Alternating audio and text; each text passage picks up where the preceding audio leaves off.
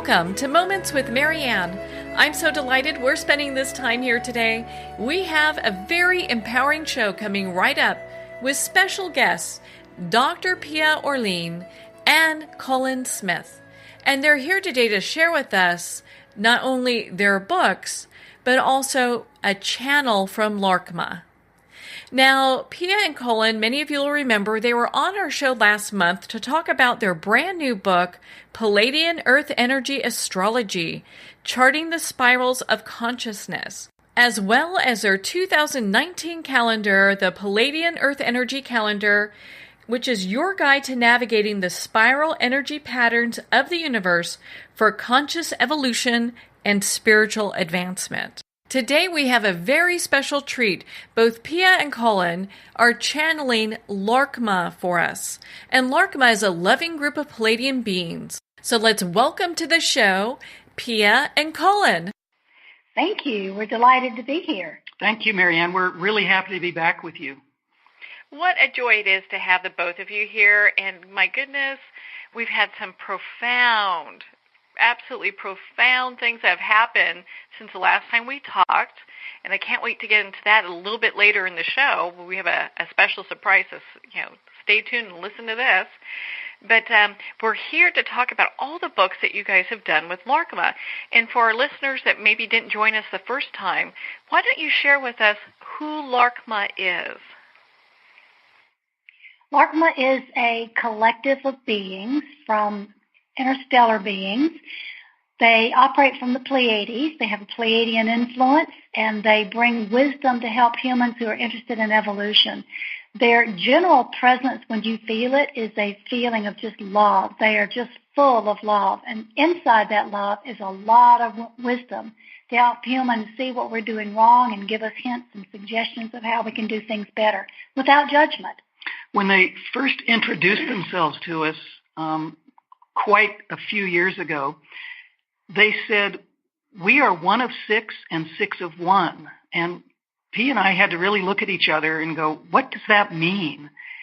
And they said, we are six individuals.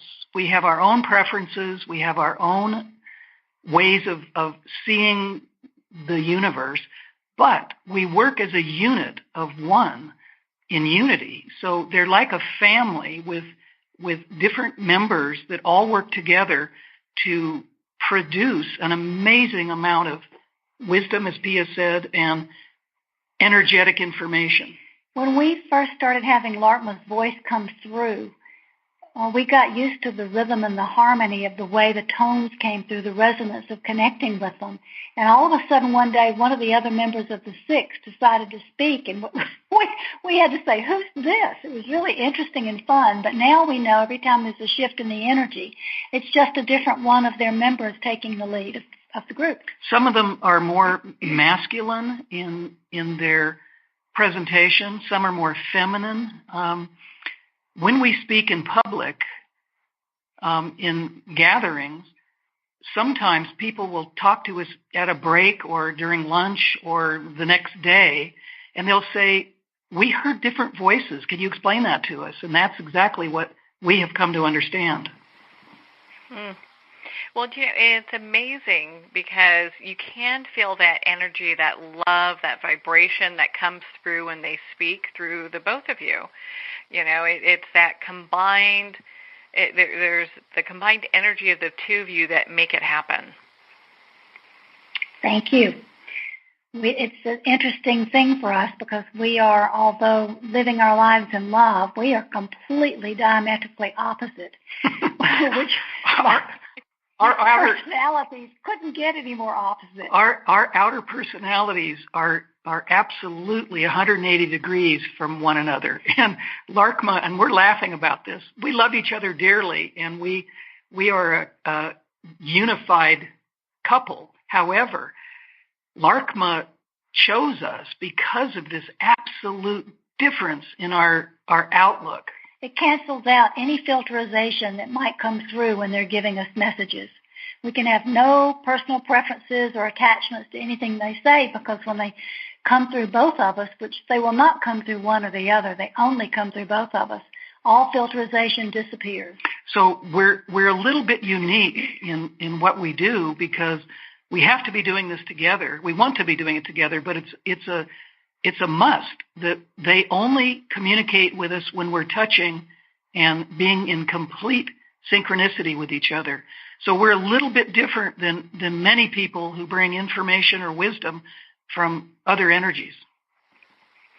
I would say that you are. I mean, you both have this unique way of being able to communicate the information that Larke Ma presents, and it's done in a way where, you know, and I kind of love this about them.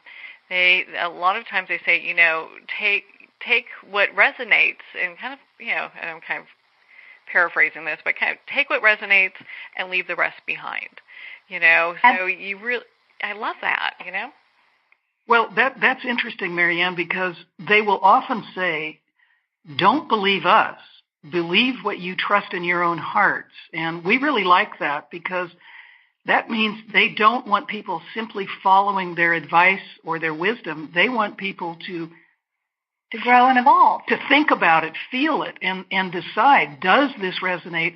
Is this really something I can be involved with? So that's a really big difference, I think, in what they bring to humanity. Well, and you guys have been busy writing. We've got several books here to talk about today. We've covered one in the past. We're going to touch on that briefly, and we do have a very special surprise. So we're going to start with the first book that was published, Remembering Who We Are, Larke Ma's Guidance on Healing the Human Condition.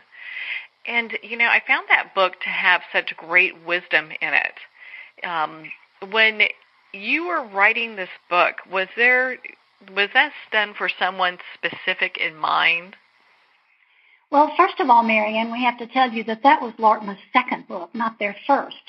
Okay. Their first Conversations with Larke Ma was the original. That's the original book in the trilogy. Original, okay. Yeah, and then Remembering Who We Are, when they asked us to write a second book, the first one we compiled from recorded transcripts of many, many conversations that they had offered to the world.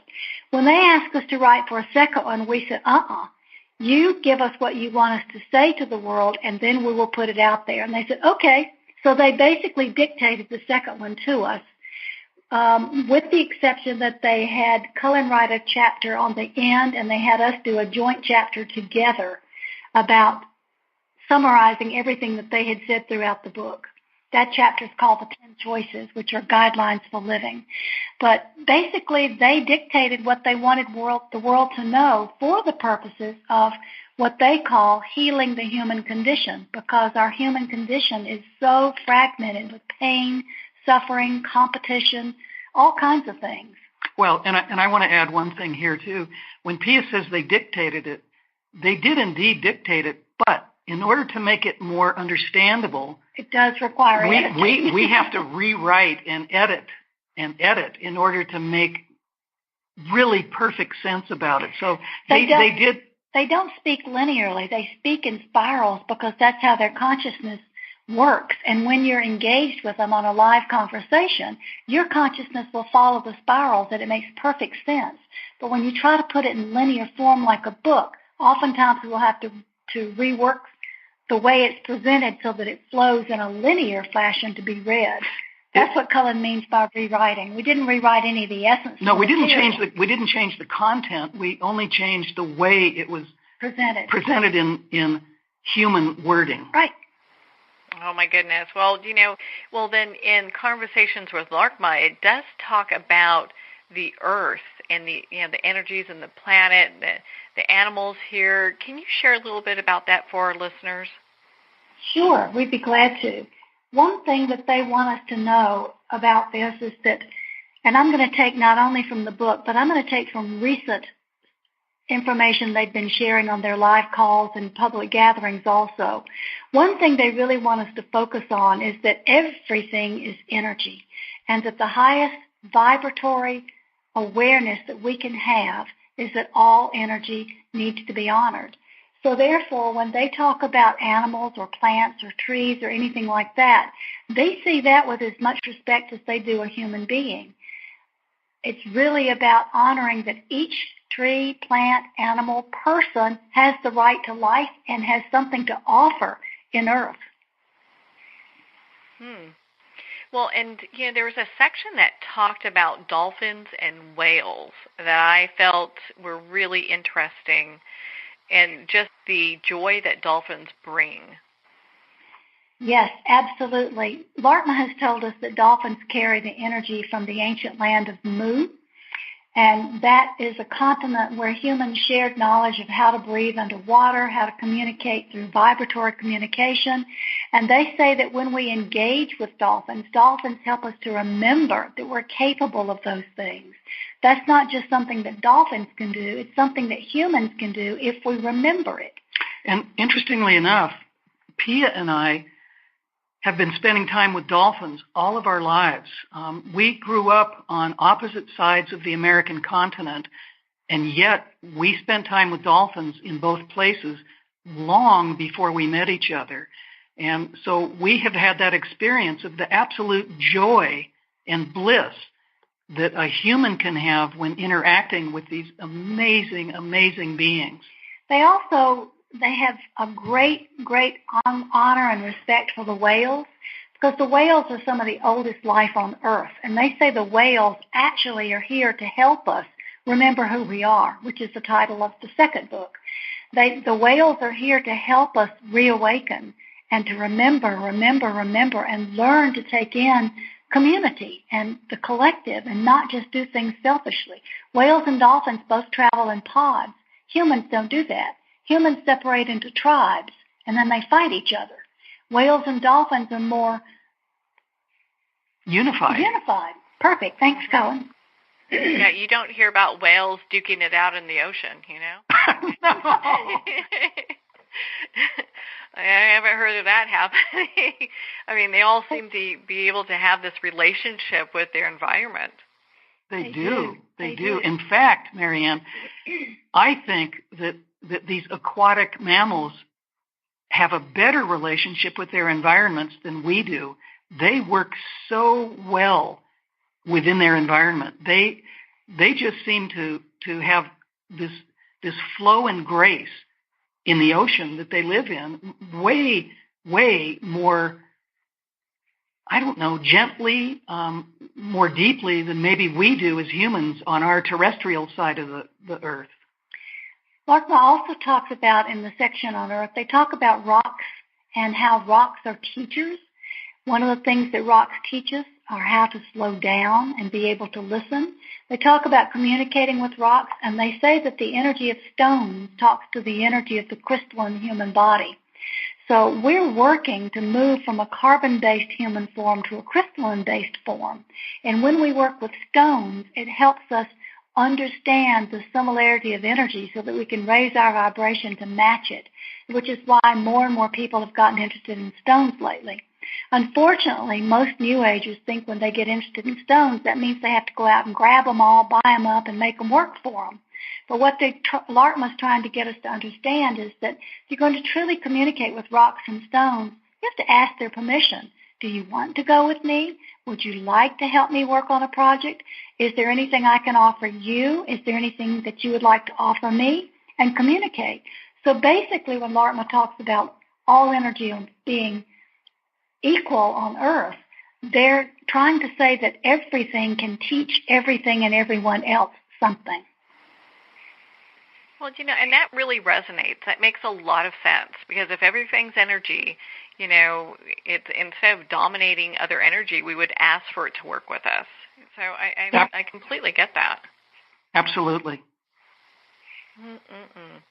Well, in the second book, which I thought was the first book, so you have to excuse me, but it's the second book, Remembering Who We Are. It covers a lot. I mean, you talk about, human evolution into this state of greater levels of health and well-being. Can you expand on that a little bit for our listeners? Sure. Laarkmaa broke this book down into different sections. They started on this book with where we just left off talking about the other one, which is energy. Understanding the essence of energy. And then they moved into helping us understand duality, because here on this planet, Everything is divided by duality. We have hot, cold, male, female, and the big thing in duality is you, me, or us and them. And they're trying to get us to understand that we have misused duality the entire history of human existence because we have compartmentalized our ideas into you're over there and I'm over here. And the purpose of duality is to incorporate other perspectives and have a greater view of the whole. So there's an entire section on how duality has been perceived and how we can move further into perceptions of duality. And we can personally talk about this because of what we said earlier in this interview about how different the two of us are.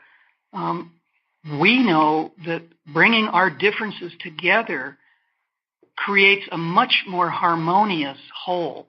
It creates a much deeper, broader understanding of who we are individually and together as a couple.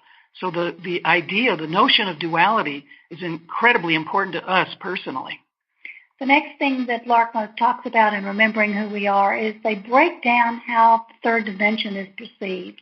The emotional, the physical, they even talk about human sexuality, the physical etheric relationship, and they talk about how we get hung up on belief and judgment here in the third dimension. So they talk about that, and then they move us into the elements of our foundation here on Earth, the earth, air, fire, and water, and how we can form a new foundation that's based on more of a higher vibratory elements than the elements we so love about Earth, that we can incorporate both. Then they give us tools for change, and they talk about our life purpose. They mention 7 different components for healing, and then they give us a rainbow of healing essences, talking about the different colors and what the symbolism and meaning of each color is, what the energy represents and how to use it. And they even introduce, and when they wrote this book, they introduced a few colors that Cullen and I had never seen until we were traveling in Europe shortly after we released this book. And all of a sudden we came across these beautiful, sparkling, vibratory colors that we had never seen before. We saw them in flowers. We saw them in the surface of the ocean reflecting off of the sun. We saw them in cloud formations. Instead of just seeing white clouds in a blue background, we began to see these amazing rainbows of color that we weren't used to in the normal 7 colors that generally humans are able to see. So they finish talking about colors, and then they talk about the rainbow body that we're trying to achieve, and they define it and tell us things that we can do to achieve it more easily. And then they talk about achieving harmony and what's necessary to achieve harmony on this planet. And then the book closes with the chapter we mentioned before, the 10 choices, which are guidelines for living based upon the Pleiadian principles that Larke Ma has offered humanity. Well, and there are so many great, I don't want to say tips, but really chapters in this book that explain so much. And I found it to be just a very fascinating read. I think when a lot of people go through and they read these books, it all pulls together, kind of dovetails nicely together with one another. Thank you, Marianne. And I have to say, this book, Remembering Who We Are, is in its 2nd printing, and Conversations with Larke Ma is in its 3rd printing. So these books have been around for a long time, these first 2. And we have people today who call us up or email us and say, I'm rereading this again, and I have to tell you, every time I read it, this is my 6th or 7th time, new insights come in because I have evolved from the last time I read it. So these 2 books remain sort of a foundational basis, keep by the bedside table, open up and see what message is here for me today kind of book. That is true. It's interesting, the first time I read the books and then going back, choosing what we're going to talk about today and the little notes I have, like other things are coming up. I'm like, wow, you can see where this is something that you get different wisdom based on. It could even be the day, the week, the month that you are going through different things. Absolutely. And they're being published now in other countries as well. Conversations with Larke Ma is available in Russian, French, and German. And Remembering Who We Are is available in French. Well, congratulations. That's a big deal. My goodness.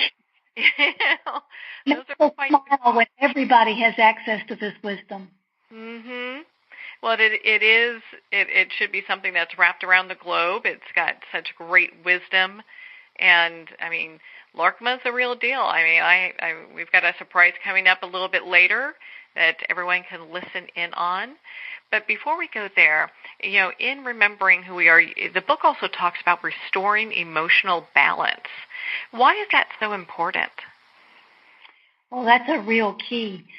Laarkmaa has a different view on emotions. They call emotions everything that makes us uncomfortable. Frustration, anger, grief. Greed, unhappiness. Anything that makes us unhappy. Jealousy, so many different ideas. Those things are emotions. They say that our natural feeling state, what we came to this planet with from the stars, is love, joy, bliss, happiness, peace, trust, compassion, all of those things. And so they make a clear distinction, and they say we want here in duality always to be in that happy place. However, the emotions are a gift because the emotions tell us when we were out of balance. And as soon as we look at what we're thinking when we're feeling an emotion and regroup our thoughts, maybe choose a different way of perceiving what's making us unhappy, we automatically can gravitate back to that place of our natural feeling state of joy and peace. So emotionals are a gift of signposts that point us in the direction of where we're out of balance. Larke speaks a great deal about the fact that nobody can cause us to have a negative emotion. No one can be blamed for putting us in a bad mood. We, each individual person, moderates or distinguishes if we're in a good mood or a bad mood, whether we're having a really good day or a bad hair day. They make it really clear that we have to monitor our own emotions, and we cannot blame someone for, we often say, well, that person made me so mad, or that person really upset me. Well, from their perspective, that's not possible. We do that to ourselves simply because we're out of balance in our own sense. Mm-hmm. Yeah, and I love how you just start the chapter for that talks about restoring emotional balance, and it gives tips on what people can do to make that change for themselves. It's all that personal responsibility. It's like, hey, you're feeling out of balance. This is what you can do to get back in balance. Absolutely. It works, too. And something they told us from the very, very beginning is the faster we attempt that rebalancing, the more quickly we will actually make a difference in how we're living our lives. If we have something that upsets us, instead of mulling it over and thinking about it, they tell us if you make an immediate change in your attitude about what is going on, that will allow that mood or that situation to change much, much more quickly. And we've noticed that in our own personal lives and out in the world, that the quicker someone reacts to something, the faster they can get through it. That's fascinating. Well, my goodness, remembering who we are has so much wisdom. Before we leave that book, I would love for you to share with us, you kind of touched on a little bit about a rainbow body. What is a rainbow body? Rainbow body is the combination of the etheric body, which is our blueprint for our physical form, and the physical form that we are evolving to as we let go of density and move into higher vibration. We have always before seen ourselves as either physical in form or etheric in form. Rainbow body is a combination of both. It's the opportunity to have your physical body. It's such a vibration of high vibration that it can travel like the etheric body does.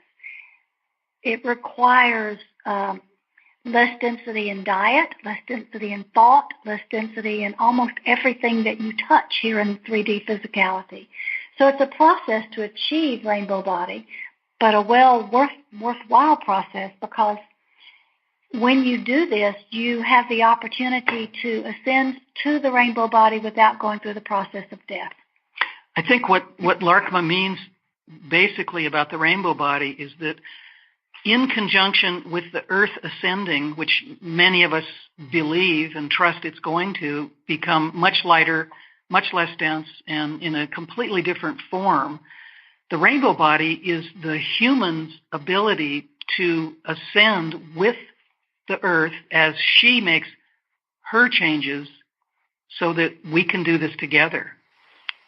That's good, Cullen. That's very nicely. I'm so glad that you shared that, because it is a journey that we're all taking together, and will everyone make that transition, or will some people not? Everyone has a choice. Mm-hmm.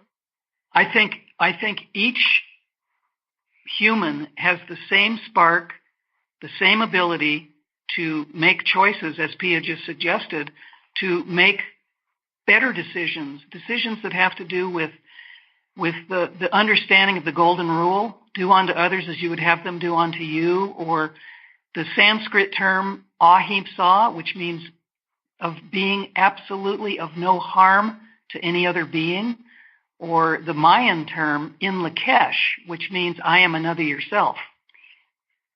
Some people who don't believe this, who think it's just an airy-fairy idea, will choose to go through the process of death rather than a rainbow body ascension simply because they don't believe it's possible. And that's their right and that's their choice. One of the greatest gifts Larke Ma tells us over and over again that we have on this planet is the gift of choice. And we make choices moment by moment every day of our lives. So if someone wants to achieve rainbow body and they say, that sounds like what I'd like to experience, they start aiming their choices towards the higher vibratory conscious way of living, and then they're making the choice to do that. Which means every choice they make is for the highest good of all, not just for themselves. Well, how powerful is that? My goodness,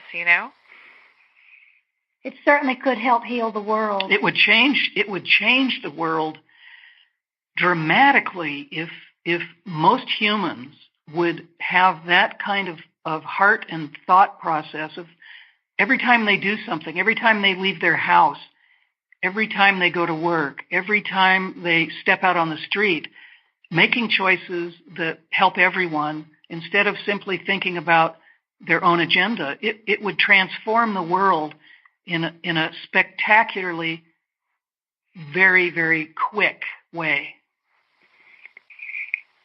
Well, and it really does seem that we're at this point in history, in our evolution, and at this time where we really need change, and you can feel it's taking place. Yeah, absolutely. We're at that critical place, I think, that many of us think that if we don't make choices to turn things around, it's possible that it could be, and I underline the word could be, too late to actually make a difference. Yeah, it'll be really interesting to see what humans do, and first of all in regards to the planet, and then also what Larke Ma and Pleiadians and what other beings that are looking for the best interest of humans and the planet and our evolution, what they're doing to help us move in the right direction or guide us in the right direction. Yes. There are so many beings around the earth at this time doing that very thing, Marianne. There are so many energies that are here to help. And Larke Ma tells us often, all you have to do is ask for our help. And they don't mean the Pleiadians specifically. They mean all kinds of beings, the angelic kingdom, interstellar beings, the Davic kingdom. There are so many groups of energies that want to help in a very, very positive way. 2019 is a pivotal year, Larke Ma tells us, and we hear that from many other sources also. It's a pivotal year because a lot of things are going to be falling apart, and the theme for this year seems to be emerging that 2019 is a year of collaboration. What can we do to collaborate together to help make the things that are falling apart be restructured in a way that's better for everybody? And they've dropped little hints that 2020 is going to bring some momentous change, so that we should really take advantage of what's falling apart in 2019 and collaborating together to make a difference, so that we greet whatever's coming in 2020 with open hearts and higher awareness. Larke Ma is the first to say that they do not make predictions. They say this because they know that human choice is such a huge element, such a huge part of how things can come about, how things can change, how things can evolve. And so they tell people over and over again, we don't make predictions because it's up to you folks. It's your choices that are going to make the most difference. Mm. And how true that is. I mean, because of free will and free choice, I mean, we have, good for us. I mean, we get the ability to make these choices and make some dramatic and positive changes. Yes. Yes, we do. Well, on that note, we're going to pause here for a quick break. And when we come back, we have a very special surprise. We're going to be talking with Larke Ma, channeled through Dr. Pia Orleane and Cullen-Smith. It is going to be a profound discussion. You've been listening to Moments with Marianne. We'll be right back after these messages.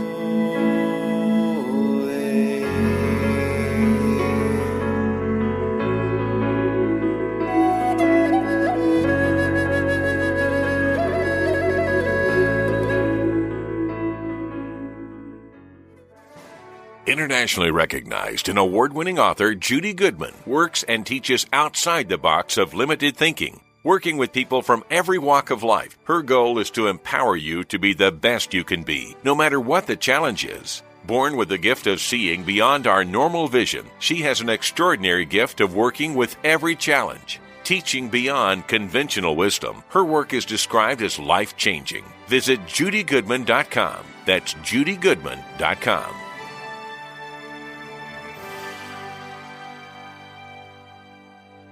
There comes a moment when you realize you're somewhere special, when you discover that each beautiful creature that you see has been rescued from a life of absolute horror and brought to this incredibly free place. Here's where their lives were forever changed, and where yours will as well. Discover over 500 tigers, bears, and lions at the brand new visitor center at the Wild Animal Sanctuary just outside Denver. For more information, visit wildanimalsanctuary.org. Discover true freedom at the Wild Animal Sanctuary. Have you ever had the sense that your thoughts might actually be doing something? Ancient secrets of manifesting have been masterfully revealed in the award-winning book Manifesting 123 by Ken Elliott. For the first time, the author's experiences and stories in this book describe exactly how your thoughts can create anything. You've been doing this all your life, but it's never been fully explained for you until now. Visit manifesting123.com for more information today. Manifesting123.com. There are nearly 2 million Americans living with amputation. Many live right here in San Antonio. Becoming an amputee can be scary, frustrating, isolating, but there's no reason to feel alone. The San Antonio Amputee Foundation is here to help support you and guide you toward resources such as home and car modifications and even prosthetic limbs. For more information or to make a donation, visit saamputee.org. We'll help you live a full, active life, one step at a time. San Antonio Amputee Foundation, healing limbs, hearts, and souls.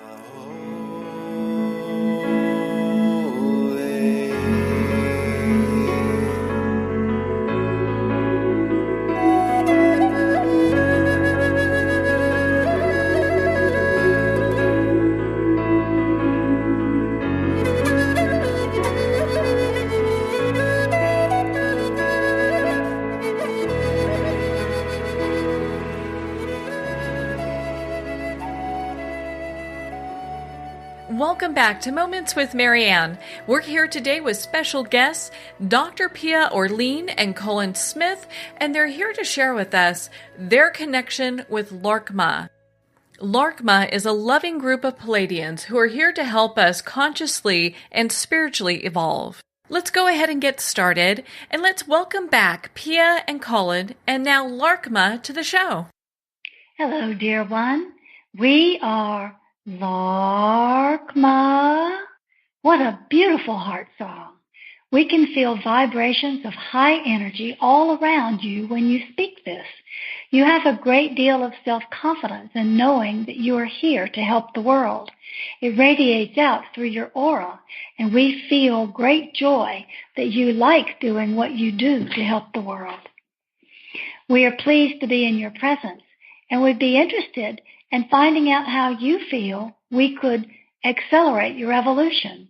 Do you have some questions you would like us to answer? I do. And I'm very curious about you. And so with great respect, I ask you these questions. Why should human beings listen to the information that you bring forth? Thank you for your deep respect and for the way that you phrase your questions. We appreciate that, and we return our answers with equal respect for you, for it takes teamwork to expand conscious understanding. There is no should about what we offer for people to listen to. There is no should that you should listen to us. It is simply an opportunity to share a different perspective. One thing that we are quite fond of always telling people is not to believe us, but instead to trust in your own heart.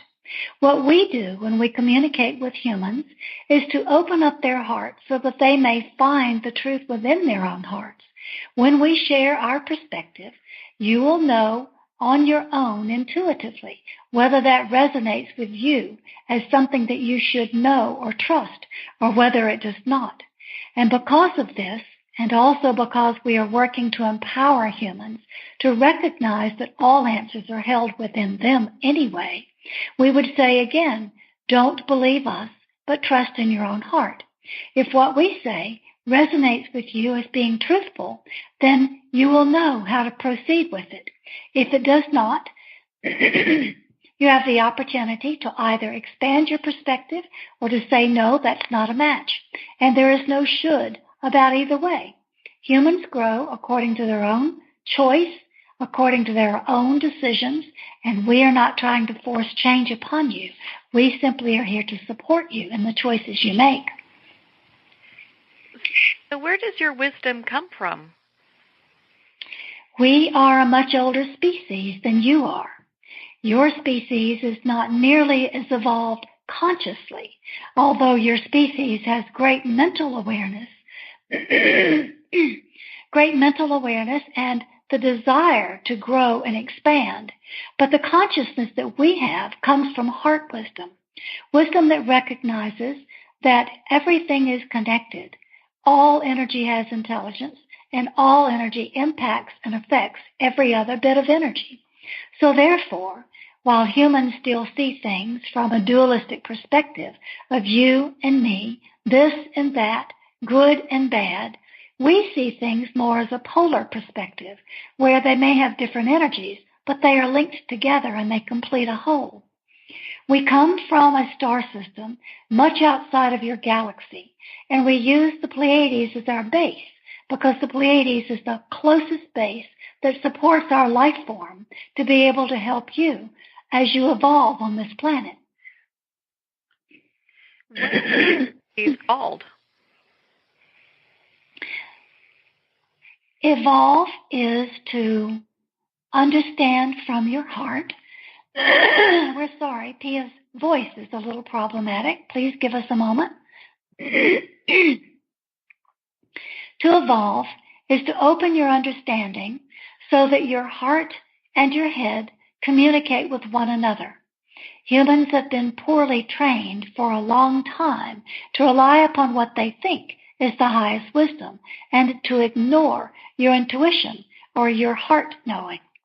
So evolution from our perspective is reopening that channel between heart and mind so you may use the highest and best of both your brain and your intuition so that you know moment by moment what energy is required to accomplish something that serves not only yourself but the highest good of all. Recognizing that the highest good of all is an important goal is an evolutionary step. ignoring the duality as you have perceived it for so long as opposites, instead beginning to see that duality is just a shift in perspective, is also an evolutionary step. So to evolve is to open up these levels of understanding, and also to help you realize that there are many aspects of yourself that are awakened in this third-dimensional consciousness. These aspects of yourself come in through your dream state or your meditations or in the experience you call deja vu. When you have deja vu, you're experiencing a similarity of experience that reminds you this feels familiar, but you are not yet aware that the reason it feels familiar is because you are experiencing something quite like what's going on in another dimension simultaneously. Does that make sense to you? Yes, I hear what you're saying. And so it has a question. I'm an interviewer by nature, and I'm asking questions that help me understand not only our place in the galaxy, but yours as well. That is an excellent question and a very wise perspective to ask what is the place. Our place in the galaxy is to expand the energy of love, which is the highest force in the universe.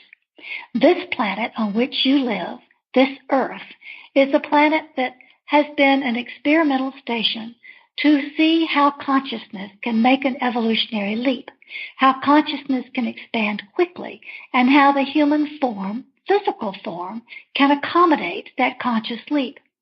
Not only we and others who work from the Pleiades, but many, many beings of love and light throughout the galaxy are focused upon your planet specifically right now because the time for an accelerated evolutionary leap on your planet is here. Although time really only exists in the third dimension, we use that phrase rather loosely. It means the moment is present, the energy is in flow, everything is in alignment to be able to have the opportunity to make a conscious evolutionary leap and to have the education that we can share and that you gather on your own from your own intuitive insights and your own research to help you understand how you can participate and co-create the outcome of this evolutionary leap. We are here simply because we love humanity and we support you. We ourselves have been through an evolutionary process much similar to the one humans are going through now, although we did not have the emotional aspect that humanity has. Emotions, from our point of view, are not your entire range of feeling states.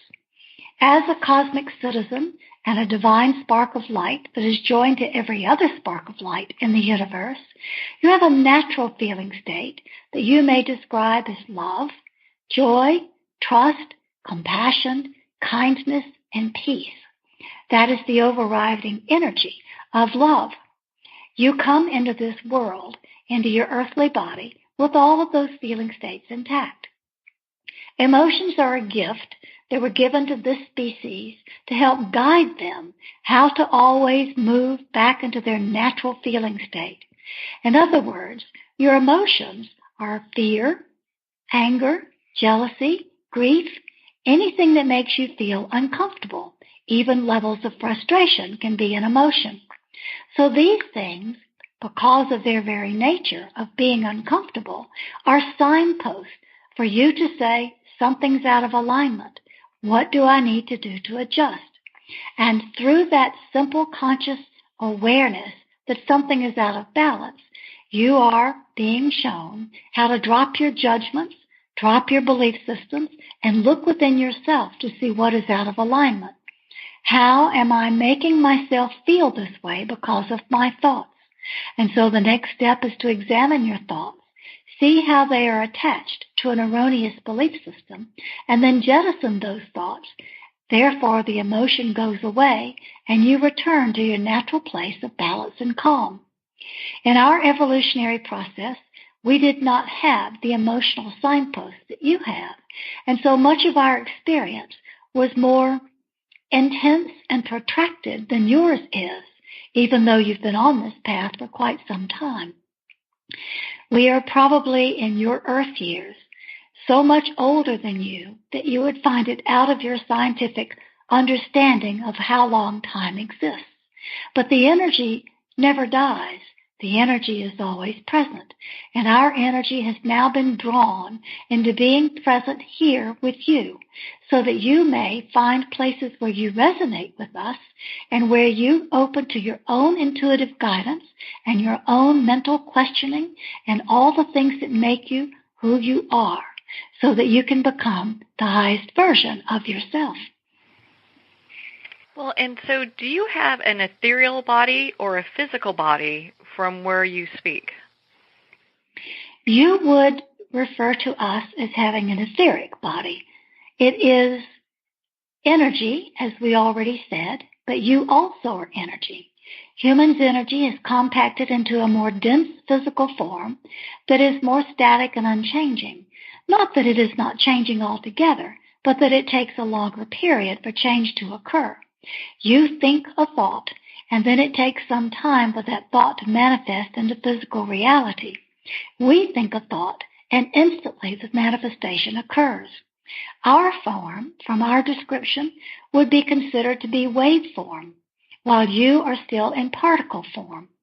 That's a physics, quantum physics explanation. Does that make sense to you? Yes, that does. We also can pull our waveform together and manifest in forms that we can be seen. And we have done that on this planet in years past. But we do not do that at this time because our experience has educated us. When we have presented ourselves in a form that humans could recognize on this planet in the past, humans cast us into the role of gods. We do not wish to be considered gods, so we are just another form of energy, just like you, although we are a bit older and have a few more perspectives from our cosmic viewpoint. Additionally, when humans tend to view someone else as a god, they give over their own power and their own sense of knowingness. Our job is to help you remember that you have all the answers within yourself and that all you have to do is make conscious choices. So therefore, at this time, we are making the choice not to appear in human form, so that humans will not make the mistake again of saying, oh, give us all the answers, rather than saying, here's my hand, help lead me to find the answers myself.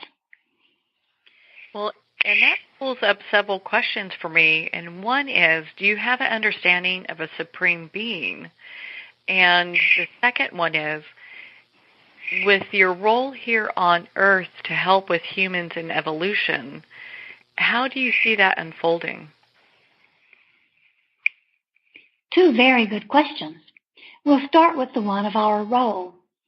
We have been involved in humanity's evolution since prior to the time of the Maya, when we came to give them the Mayan calendar and the understanding of managing energy rather than guiding their lives with time.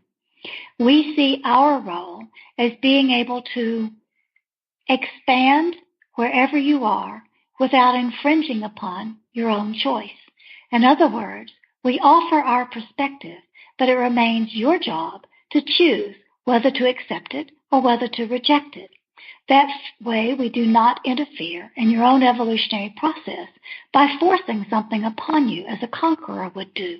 Instead, we show you what is possible, and you get to choose whether or not to accept it and when to accept it.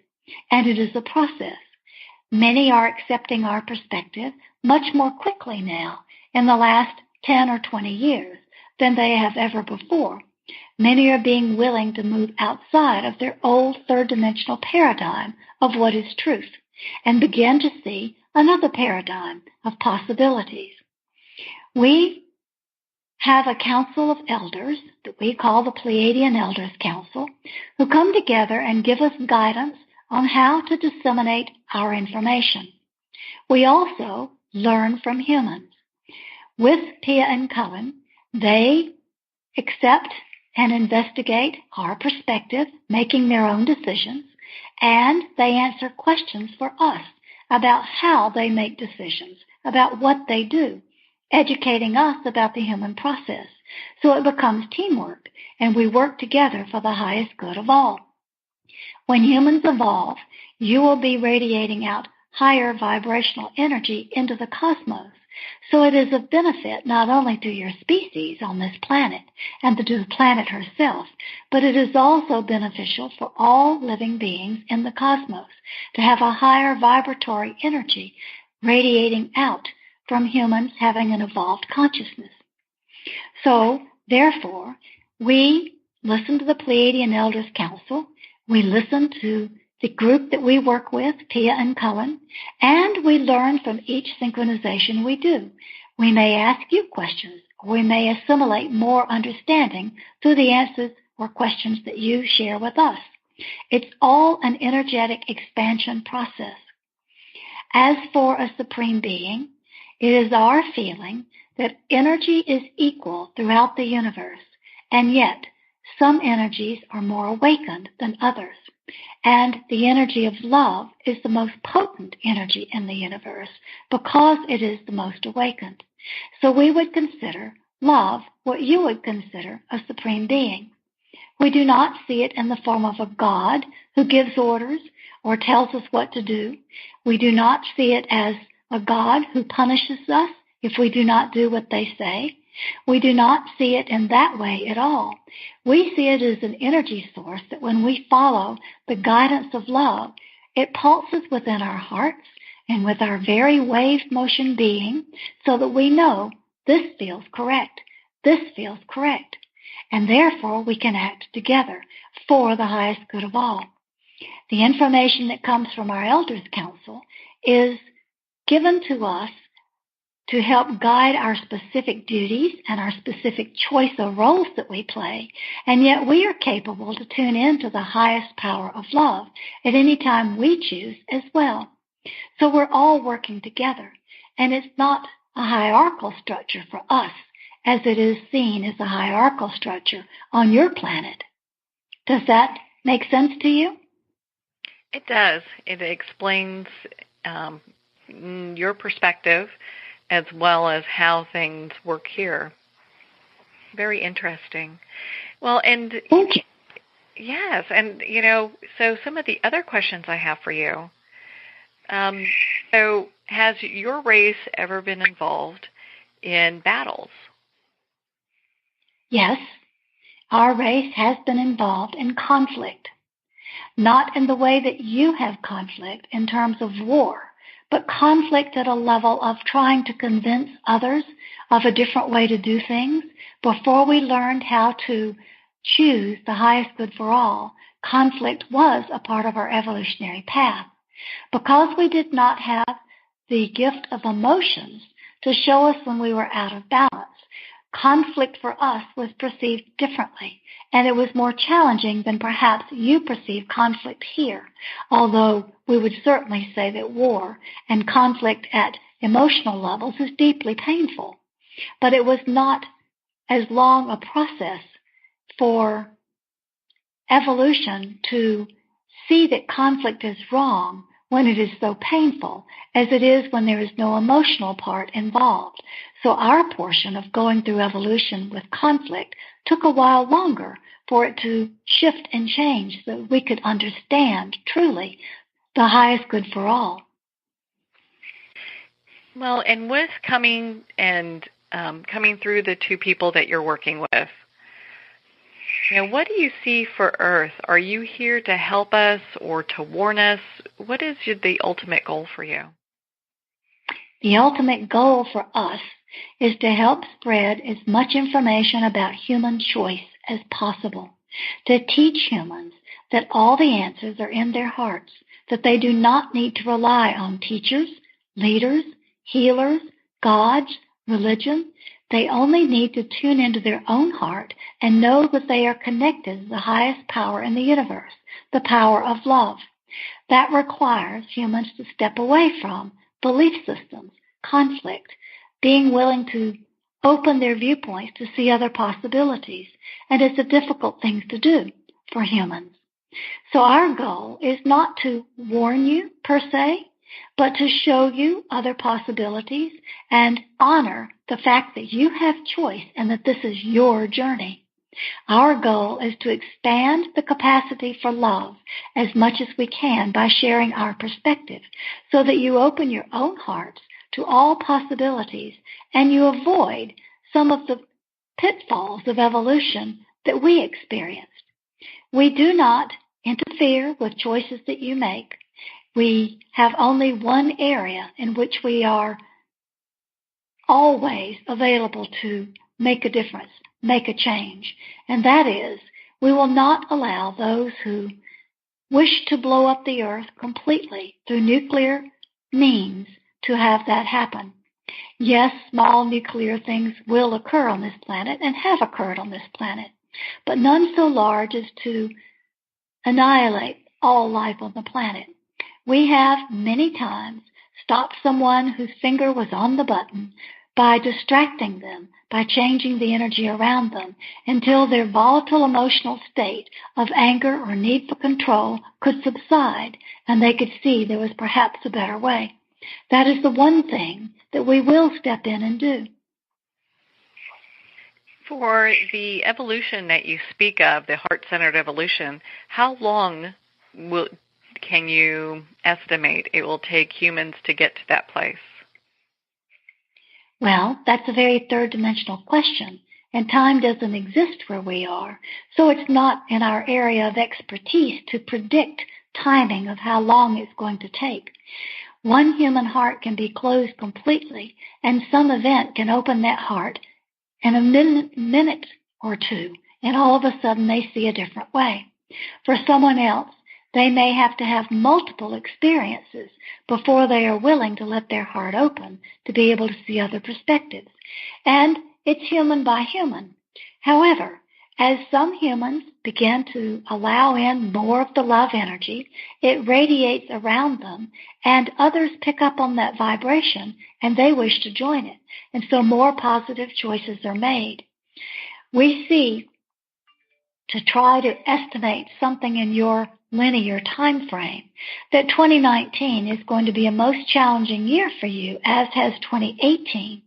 But by 2020, things should accelerate to such a point that humanity will make some choices collectively to begin to change things. And by 2022, you should have much more balance and ease of flow in your evolutionary journey. What that's going to look like, we cannot define because of human choice. Humans can make this very difficult and destroy the parts of the planet, or humans can make this easier by joining together and loving and forgiving and sharing with one another. That element of human choice determines how quickly you reach the goal, or if you reach the goal. Some people have already made a choice that they do not wish to continue on this path, and therefore they will die, as humans believe it must be always possible. They will die and they will be transported into a holding area until it is time for them to reincarnate somewhere else. When they reincarnate, they will continue their life path and their life lessons, and they will believe they are on a planet that is Earth, but it is not. It is another place in the universe. For this planet is moving into a higher vibratory state, and it will carry with it all of those who wish to operate from the higher vibratory state. So you see, dear one, nothing is wrong, and each human has their own choice. You choose to live through these challenging times and make a difference by changing your own vibration and allowing yourself to make highest good for all choices from your heart into your consciousness, or you choose to stay attached to the program you were already involved with, learning like you do in school, one lesson at a time, which can be quite painful, until you die out of this physical form and reincarnate again into another. It is your choice which path you take. That's a very good answer. And, it has me thinking, like the next question I have for you, and I do this with all due respect, and I please don't think that this is a judgment question. Dear one, we can see that you come from a respectful place, and we feel no judgment in your presence. Please feel free to ask whatever you would like to know. We honor and respect your curiosity and your wishing to understand more. Well, I do have a very strong desire to understand who it is that you are. And with that, what authority do you, and I know we talked about the Pleiadian Council, what authority do you have to say the things that you do? Where does that come from? No one gives us authority. No one stops us either. Because we have evolved to the point where we do everything from a place of love, and because love is the strongest force in the universe, we may take that love wherever we choose. Love is its own authority.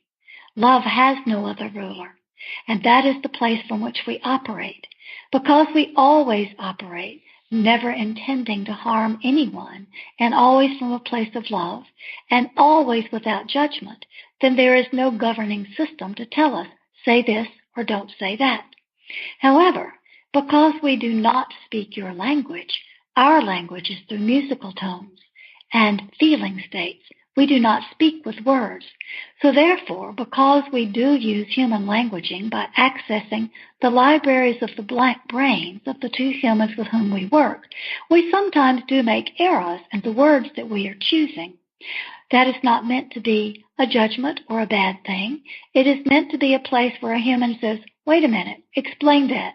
I didn't understand that, or that sounds offensive, or that doesn't seem right.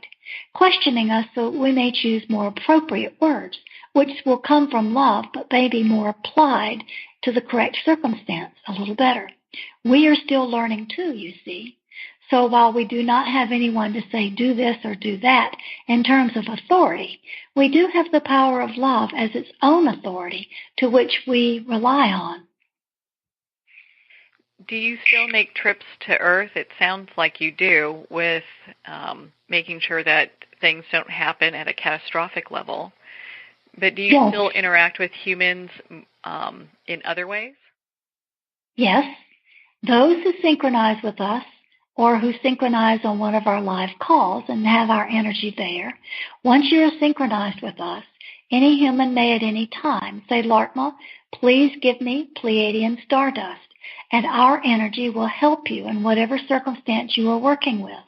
We cannot solve problems for you. We cannot do anything to alter what's going on, but we can sprinkle stardust to help you find the strength and the answers that you need in any challenging situation. So anyone may, as they choose, say, Laarkmaa, please sprinkle your stardust. Please help us through this situation, and we will do our best to change the energy so it is for the highest benefit for all. And the highest and best good for humanity and the planet? Yes, that is the highest good for all. Whatever is best for humanity and the planet is also the best for the cosmos. For as we said a bit earlier, when humanity comes from a higher vibratory place, the planet is helped. And when the planet and humanity is extending their thoughts and their energy from the higher vibratory place, that also radiates out into the cosmos, helping all beings in the cosmos. Well, and then it has me thinking as well. So you come, I don't know how long that Cullen and Pia have been working with you publicly. We did have a little discussion on that, but I don't have those notes in front of me. But is there a specific reason that you come during this time in human history? This time in human history is a time that humans have never seen before. Humanity has gone through many changes, including cataclysms and all manner of geophysical changes, major wars, revolutions, all manner of things that have changed humanity. But this is the point where humanity has the opportunity to make a quantum leap. A quantum leap not only in conscious understanding, but a quantum leap in physical form. You're at the point of being able to make choices to move out of the density of the form that you have now, which is a form of static, unchanging denseness, as opposed to wave form that is moving and always changing. You have the choice and the chance now to elevate your beingness, your body that you have with your consciousness, into a different form by changing viewpoints, by lightening the density. For instance, humans, for the most part on this planet, still eat meat. That means that they are still involved in the act of killing. Killing can never be for the highest good of all, for it takes a life, which is a direct contradiction to the highest good of all. So therefore, when humans consider taking this practice and using it as part of how they sustain themselves, they are taking in the conscious belief that they need the animal sacrifice, or that they cannot live without the meat. But they're also taking in the pain and the fear and the whatever else the animal may have been feeling at the time its life was taken from it. And that becomes part of the density of the human physical form. With the opportunity to make this quantum leap, humans may begin to say, I don't need to nourish myself in the way I thought I did. I can begin to change and have a vegetarian diet. Or a vegetarian can say, that's beginning to feel a little dense for me now too. I think I'll become vegan. And eventually, you'll be able to sustain yourself through what we call a diet of love, light, and water. That is, you will sustain yourself from what comes through the cosmos to support your form, for your form will be waveform rather than carbon-based form. You will be a different structure, and you will be sustained differently because you are a different structure. However, having said all this, remember, that is choice. Each human has the choice to move into this waveform, or what you would call etheric form. And there is a point along the spectrum where you can move into rainbow body form if you choose. Rainbow body form means that you can be in wave form like us in an etheric form, but then generate yourself back into a dense form if necessary, into physical form again for a specific task. So you can move back and forth from one to the other. We call that rainbow body form because it contains all of the elements of all of the energies in the cosmos. Every color vibration, which has every energy that you can imagine, are present in rainbow body form. You yourself, dear one, have a great energy of the rainbow radiating all around you. You have most of your life.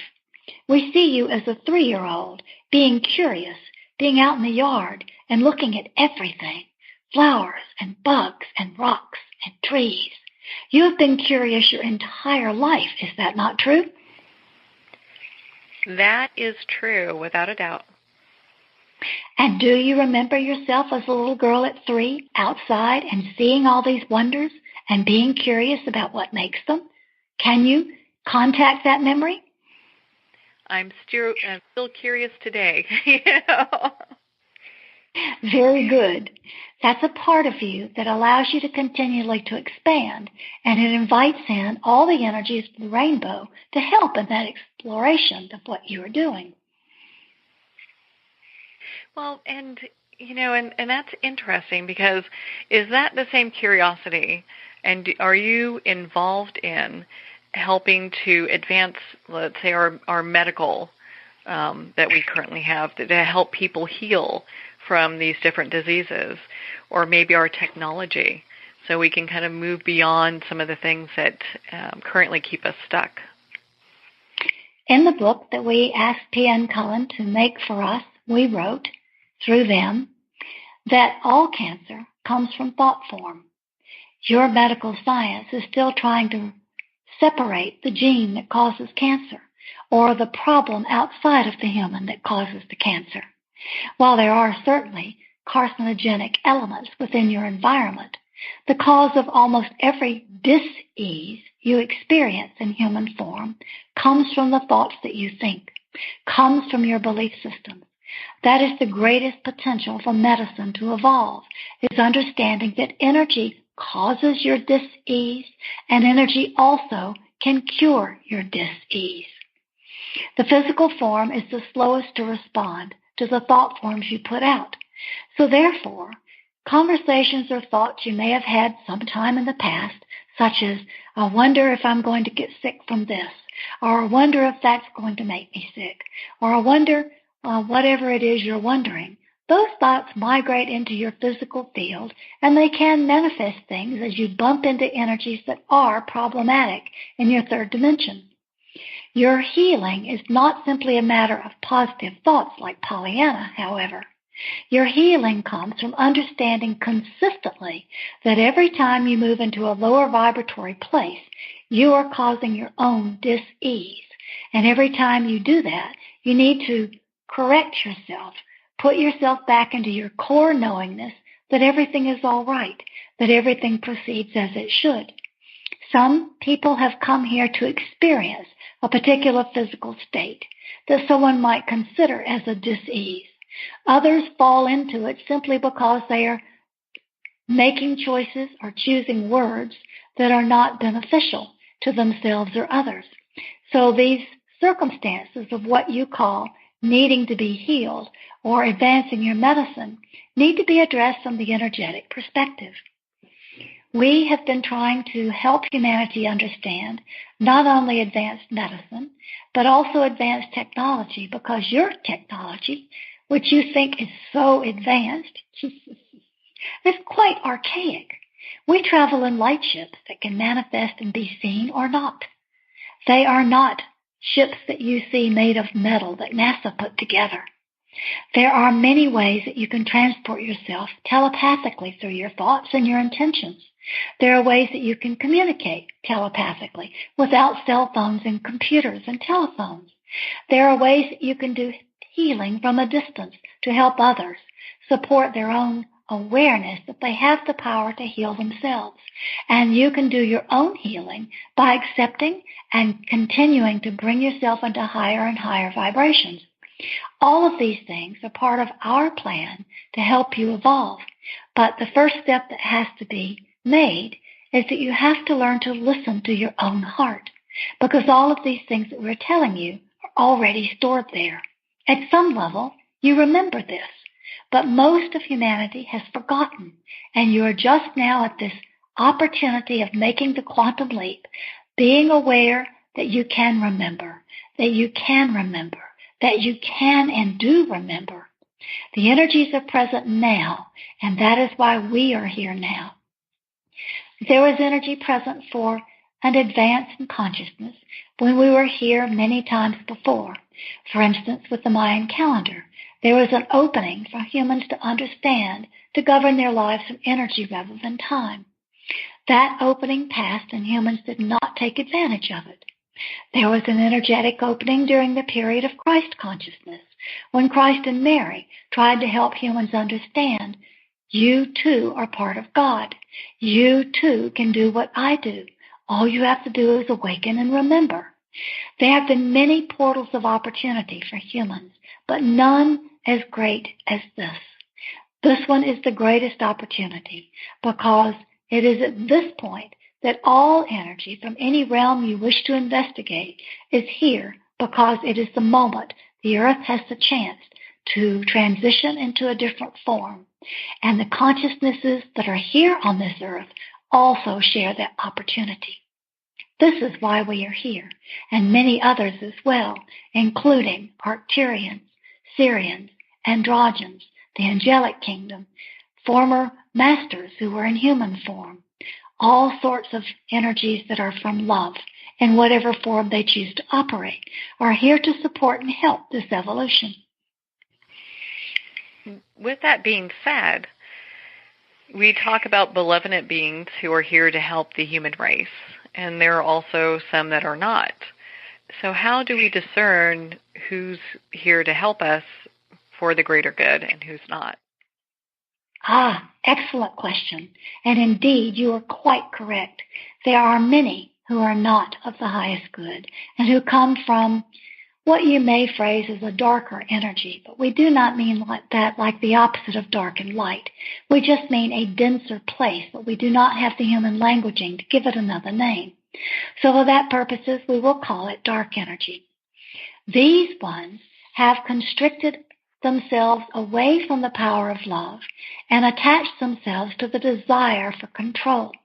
And they have used this planet unrelentingly, interfering with the programs for human evolution.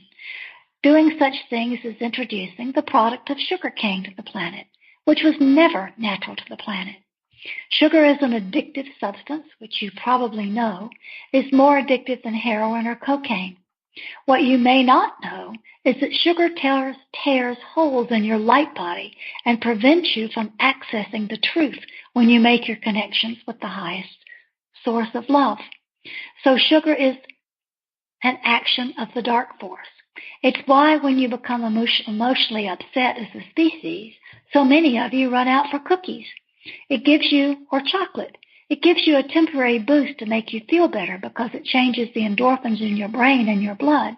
But it also is doing damage to you at a cellular level and preventing you from accessing the answers in your own heart. That is the work of the dark forces. And yes, there are dark forces here now who are indeed interfering with what you are doing on your evolutionary journey. They can interfere by injecting such thoughts as, I'm afraid, something's going to happen to me. And you start wondering as a conscious being, where's that coming from? I wasn't afraid 5 minutes ago. What is that? So the dark energy can indeed influence humanity. But when you are operating from a place of love and you keep yourself consistently balanced, less influence from the dark is possible. Now back to your question. How do you discern if the energy is from love or if the energy is harmful? First of all, don't believe any of it, including us. Never believe something outside of yourself. Listen to the perspective that is being offered and then run it by your own heart. If your heart feels good from the information, if you feel safe, if you feel the energy of love, if you feel expanded, if you feel like you are growing and you want to serve, all the information you're getting is coming from love, and it is here to help you. If you feel frightened, if you feel like you can't breathe properly, or your stomach's upset, or you don't know what to make of it, then you have to consider one of two possibilities. The first one is that the energy is indeed coming from a dark source. The second possibility is that what you have just heard is triggering a block in your own energetic field, and you have to figure out if you need to get rid of a belief system to allow the truth to come in, or if what you're feeling truly is from something unsavory. It takes an opening in consciousness to be able to discern that quite quickly and easily, and that comes when you listen to your heart. If you listen to your heart and not your brain, then you will know immediately, is this something that I need to change because I have a block that is a little scary to change this block? Or is this coming from a dark energy who wishes to influence me? That element of fear is your trigger to figure out where it's coming from, and your heart knows the difference. Does that explain it? That does explain it. That's a very good way of putting it. Well, and is there a reason why dark energies that we were just discussing are allowed on this planet? Allowed is a long word that we are not necessarily in favor of. What we would say is those who started this experiment with this planet thought everything was running along, believed everything, trusted everything, was running along as planned because love set up the experiment. But the dark infiltrated without those who were creating the experiment paying close attention. In other words, it was sort of a sneak attack. All of a sudden, the dark was here doing things to disrupt the experiment. Ever since that point, there has been what you might call a battle between the dark and the light. And right now, you are on the point of the light winning the battle. Because of this, the dark is becoming more desperate, and you see more controls and more attempts at control in every area of your humanity.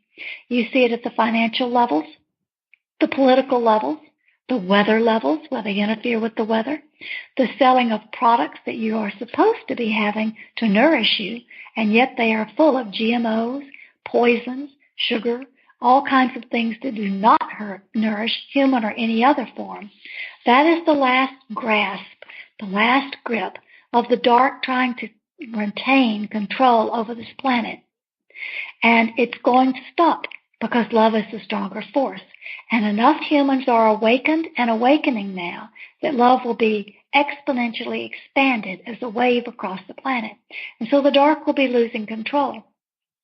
And yet, from your linear perspective, you're still in a place where 2018 and 2019 and the beginning of 2020 are still under the influence of dark, even though you can see simultaneously more openings in awareness and more light pouring in. A balance point has not been reached yet. Does that explain it? That sure does. That sure does. Well, and if you had something that you would like to conclude this discussion with, what would that be? We would like to conclude our discussion with gratitude. Gratitude for your intelligence and your heart wisdom both, and asking questions that can help you expand and can help others expand through you as you do your work. We would like to say that it takes teamwork in any project, and this project of humanity making the quantum leap in consciousness takes a team who is coming from a place of love. We are very fond of the saying in Lakesh, I am another yourself. We feel that you, humans, are the same as we. We are the same as you. We are all energy. We are all divine sparks of light, and we are here to help you remember that because we love you and we want you not to suffer. We want you to experience the freedom of wave motion and to be able to serve here or in other places of your choosing as is needed in the universe. We are trying to help awaken you to become cosmic citizens. It actually popped up as you were saying that. So with the with all that we've been discussing and how you are involved in this planet and the evolution, are humans seeded from the Pleiadians? Humans are seeded from many, many different kingdoms together. You've heard America as described as the melting pot. Well, we would say the entire planet is a melting pot, a mix of different seedings, a mix of different ways of being in human form. Yes, Pleiadians have comprised part of your makeup. So have Arcturians, so have Syrians, so has the angelic kingdom, and you are part of the lineage of Christ and Mary. All of that is part of who you are as one who is awakening with light. There are some humans who are not related to this, you would call it a genealogical heritage. There are some humans who have just incarnated into their experience to experience life on what it is like to be human. But those who are interested in what we are speaking about, those who are asking questions such as you are asking, or spreading information such as Pia and Cullen are all seeded from other realms. You are partially from the earth and you are partially from the stars. And it doesn't really matter which star you align it to, whether it is Pleiadian or Arcturian or angelic or whatever it is. The key point to remember is that being part star being, you are free. You have the ability to revert to waveform as you awaken and remember. You are also part of this planet, and so you have the ability to serve this planet as you chose to do when you chose to incarnate during this time. You are both. You are many. You are all. Well, I think that's a very good note to end on. I thank you, Larke Ma. This has been a very enlightening discussion, and I've enjoyed my time with you. We've enjoyed our time as well with you, dear one, and we wish you to have much joy and continued expansion in your own path, for as you do so, you are helping the world. We love you. Good always. Welcome back, everyone. We've been speaking with Larke Ma, who's been channeled through Pia and Cullen. And what a profound discussion that was. I felt their heart energy. I hope you did as well. Man, that was such an inspirational discussion. We're going to give Pia and Cullen just a moment here to readjust their energies. They're going to be joining us right back. Larke Ma is the real deal. I have worked with other people who channel entities, and hands down, Larke Ma really has their hearts in the right place. You don't hear me say this often, and I'm so glad that we got to spend this time together with Larke Ma. It looks like Pia and Cullen are ready to rejoin us. So let's talk about their most recent book, Palladian Earth Energy Astrology. You both have to be so excited. It's getting such great reviews. We are excited, and the main reason we're excited is because this is the third in the Larke Ma trilogy, and it sort of wraps everything together in one package where people can say, oh, now I have something to work with on all these principles that Larke Ma's been sharing with us. Because now we can look at how to change the way we manage and navigate our days. We've been living under the laws of time and the laws of the calendar. The Gregorian calendar was introduced in the latter part of the 16th century, I think I think it was the 1580s. And that calendar changed the way people looked at how they spent their time, their days, their minutes, their hours. It took us away from nature. And then approximately 100 years after that, the first mechanical clock was invented, and that was in the mid-17th century, I think 1650s. And my gosh, we have been imprisoned and we have been enslaved ever since in those two human concepts of time. It has changed the way humanity has dealt with life. We used to work with natural cycles, day, night, change of seasons. When we're hungry, we eat. When we're sleepy, we go to bed. That introduction of calendar and clock changed that completely, almost overnight. And then when we introduced electric lights to go along with that, we completely stepped away from nature's rhythms. So Larke Ma has very gently over this time been suggesting that we don't have to do that so much. And one way to get away from it is to learn what the energy of each day brings. They have a system they have shared with us that they gave to the Maya 5,000 years ago. It was incorporated into the Mayan calendar.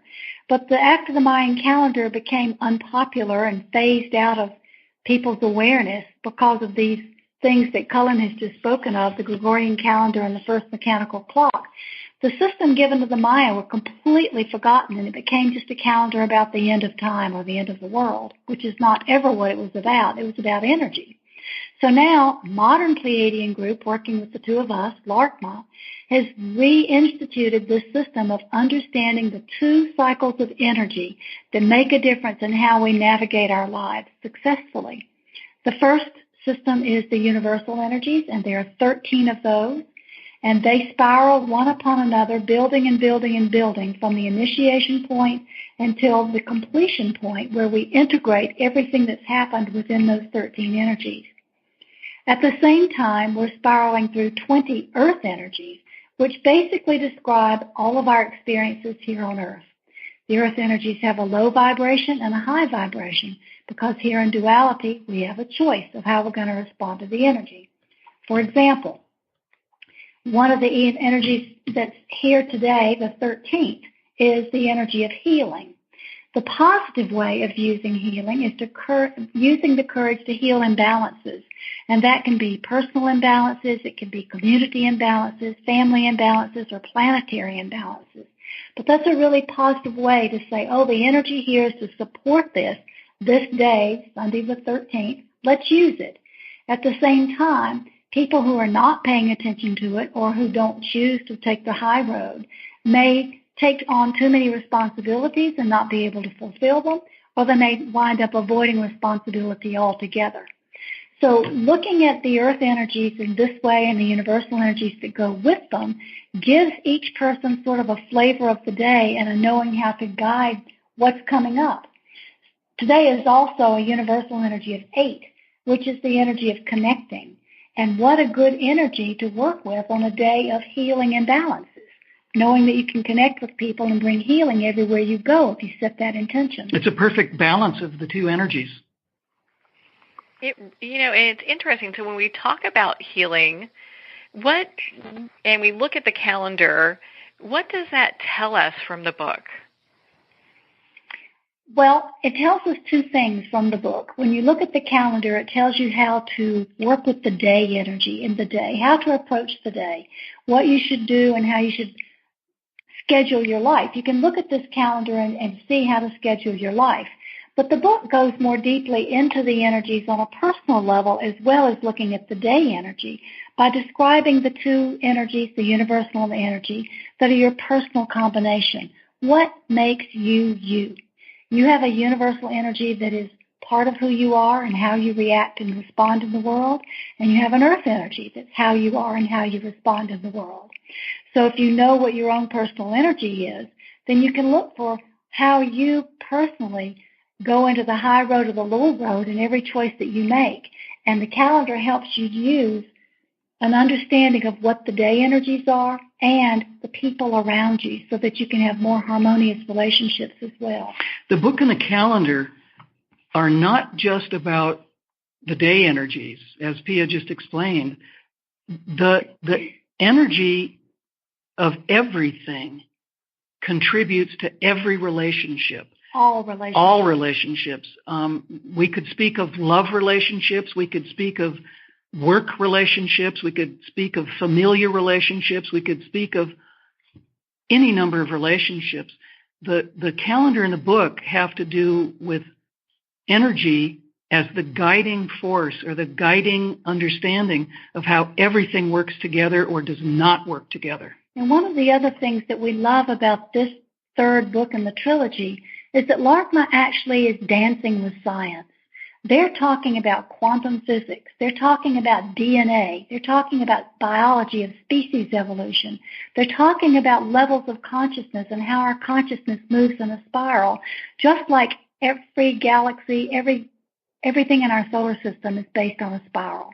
And they're talking about how when we align with that energy, our consciousness leads us more towards becoming cosmic citizens. They are eager for humanity to evolve so that they can engage with us more in direct communication, all of us. We've been working on the design and the content of this work, the calendar and the book, for over a decade. We have been refining, redesigning, and coming to a much greater understanding of how important the element of energy is. Which brings me to something your listeners may find very interesting. When Cullen says we've been working on these energies together, the book offers an understanding and explanation of shadow cycles. What is a shadow cycle? Most people would call them a series of bad hair days where nothing's going right. But actually, a shadow cycle is a rare opportunity for you to be able to regroup, figure out what your emotions are trying to tell you, where the old patterns are that need to be broken, where the belief systems are that need to be looked at. All of those things come to the forefront or up to the surface during a shadow cycle. And each person has a shadow cycle that happens to them personally once every 60 days. The collective of humanity has a collective shadow cycle that happens once every 260 days. And if you look back historically at the collective shadow cycles, you're going to see periods of war, periods of attack, periods of all kinds of things that happen during collective shadow cycles because we as a species have not learned how to look at what's going wrong and change the pattern of reaction. Cullen and I, what I was going to say, I'll take a breath in a minute. What I was going to say is Cullen and I started looking at our own shadow cycles and understanding how in our relationship and individually, how the shadow cycles gave us opportunities to really break through some old stuff. Well, I totally agree with that. And what I was going to say is, in our research, we have used this system retroactively, I guess, to prove to ourselves that when we think we've hit upon something that's accurate, if we retroactively check it out by date or, as Pia said, by occasion, whether it's a war or a famine or a revolution or any manner of instances that happen to us in our physical world, we can see that we can pinpoint with almost absolute accuracy these things happening because of the shadow element, either personally or globally or universally. It's amazing. So the book and the calendar give people an opportunity to plan their lives a little better without so much unexpected change. They can say, okay, this looks like it's going to be a challenging period here. Let me see if I can incorporate more compassion. Let me see if I can listen a little better to my partner. Let me see if I can not be so reactive emotionally. giving them an actual chance to work with old patterns and eliminate them. And it really enhances the relationship. Mm. Well, and that's really kind of where we want to be when we're in, eventually getting over whatever limiting beliefs we have and moving beyond that. Is there a point that individually that we will get to a point where we don't really have that shadow cycle, or is that always going to be with us? I think the shadow cycles are always there, but there is a point where they become less painful. I can say personally for me, I hardly ever notice mine anymore. I will feel myself become out of balance, and then I will say, oh, must be a shadow cycle, and I'll go look, and I'll pull myself back in and regroup. And the shadow cycles are not nearly as painful as they were for me 8 or 10 years ago. I think once a balance is struck with understanding all of our inner workings better than we have in the past, let's say, I think the cycles will still be there, but they won't be a challenge. I think they will become an opportunity to tell us that, yes, we have actually evolved to the point where we have no more bad hair days. Or we're able to handle the bad hair days a little easier. Wouldn't that be fabulous? I get it because, a few weeks back, it felt like a bad hair month. When we go through these things, everyone has them. It's part of the human experience, but I love how we talk and you guys talk about how we look for those things that are holding us back. It's really a time of awareness. It is. It is. And speaking of a time of awareness, we have a great opportunity coming up on Saturday, January 19th. We'll enter into a new cycle of 13 universal energies on Saturday the 19th. And the energy happens to be enlightening energy, which for the highest vibration is committing to ideals and opportunities for social progress. And boy, do we need that. So we will have a 13-day period that even though each day has a different energy, they're all overlighted by this possibility of social progress and enlightening ourselves and our world around us. It's a really exciting time coming in. And that to us is interesting because this is happening in the very beginning of this new year. Well, and when we talk about this calendar, my goodness, it feels like with the old calendar, it's right up there with the world being flat. It's about time we have, an upgrade. Well said, Marianne. Thank you, Marianne. That's how we perceive it. Yeah, because it's you look at these things, and as a society we progress, but when we're using something from that just is so archaic, it doesn't even make sense. It'd be like having a surgeon go into surgery and he's using a hammer and nothing's sterilized. It doesn't even make sense. So having that, yeah. That's really interesting that you bring that up because Larke Ma often tells groups when we're speaking in public gatherings, they often say, we know that you humans believe that your medicine and your technology is so cutting edge. And they just laugh. They laugh. They laugh very gently and very lovingly and say, we're sorry to have to tell you this, but your medicine and your technology are quite archaic compared to what you will be experiencing as you develop more fully. And from an interstellar group that travels in light ships, I think that's really a comparison that we might want to consider when we brag about how technologically advanced we are. So what you just said about the archaicness of our old calendrical system and how banging together our medical system is, you're absolutely on target and absolutely right about that. Well, I find it fascinating because, when you look at this, you look at the calendar, it's right on target, and you spend time reading Pleiadian Earth energy astrology, charting the spirals of consciousness. It brings it all together so people can really make sense of really how our world should be, because it's, I know in some of your other books you do talk about how, technology really pulls us away from nature, and I feel the old calendar does that as well. It does, absolutely. We completely agree with you about that. Well, it's absolutely fascinating. So, well, you've got this, we've got the 19th coming up with some interesting things happening. Where can people go if they want to learn more about Larke Ma? And I know that you guys have an event coming up on February 3rd, too. We do. Yes, we do. We are, in the spirit of collaboration, which Larke Ma says we should focus on that theme this year, we are collaborating with a very dear friend who is, in our opinion, the most respected channel that we know, who brings in a powerful force of healing energy called channeling love. And that particular conversation is going to be a first-time dialogue between Channeling Love, her collective, and Larke Ma, who will be talking about all kinds of things. We don't know what they're going to bring up. They'll be talking together, so we're quite excited about this. This will be the first public dialogue of this nature. We have shared our two sets of energies before privately, and we decided, and thank you for bringing this up, Marianne, we just concluded this idea. We just invented and concluded this idea, I think, 2 days ago. This is a brand new collaboration that we're so very interested in beginning, and we hope that it may become a series throughout 2019. So we're excited about it. And yes, people, if they sign up for our email list, which is available on laarkmaa.com, and that's spelled LAARKMAA.com. If you sign up on the email list there, you'll be sent an invitation and instructions of how to join and participate.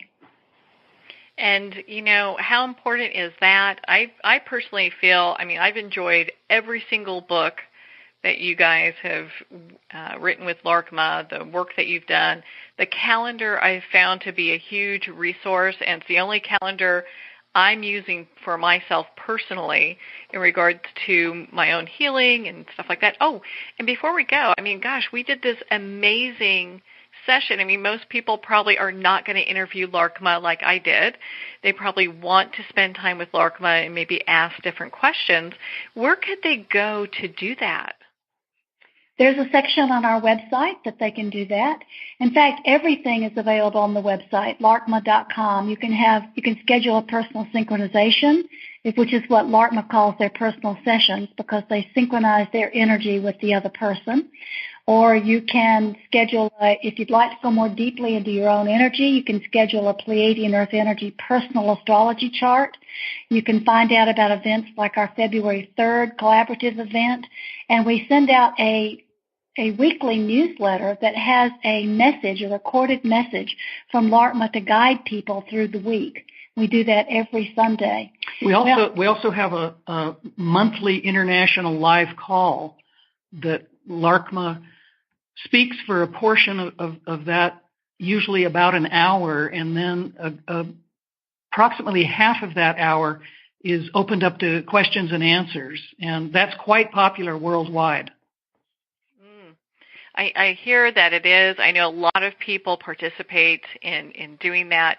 I really enjoyed the personal synchronization session. I'm going to be doing that again. I thought that was fabulous, but next time I'm doing it for me.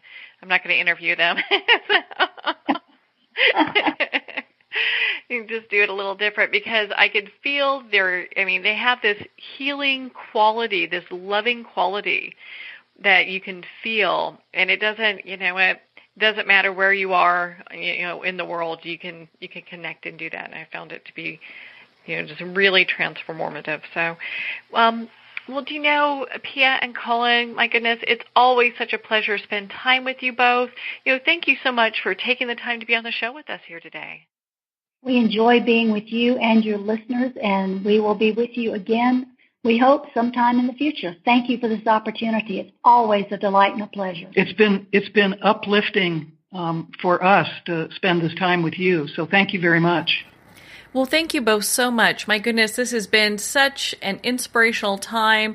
I felt it to be completely transformative, and I know our listeners do as well. Again, if you'd like to connect with Pia, Cullen, and Larke Ma, you can at their website, laarkmaa.com, and we'll have the link below. You can also find Pia and Cullen's books. They're available at Amazon, Barnes & Noble, and all indie bookstores. And of course, don't forget to order the calendar. Well, we're at the end of our time today. I would like to thank everyone for tuning in. You're listening to Moments with Marianne. And remember, make every moment count.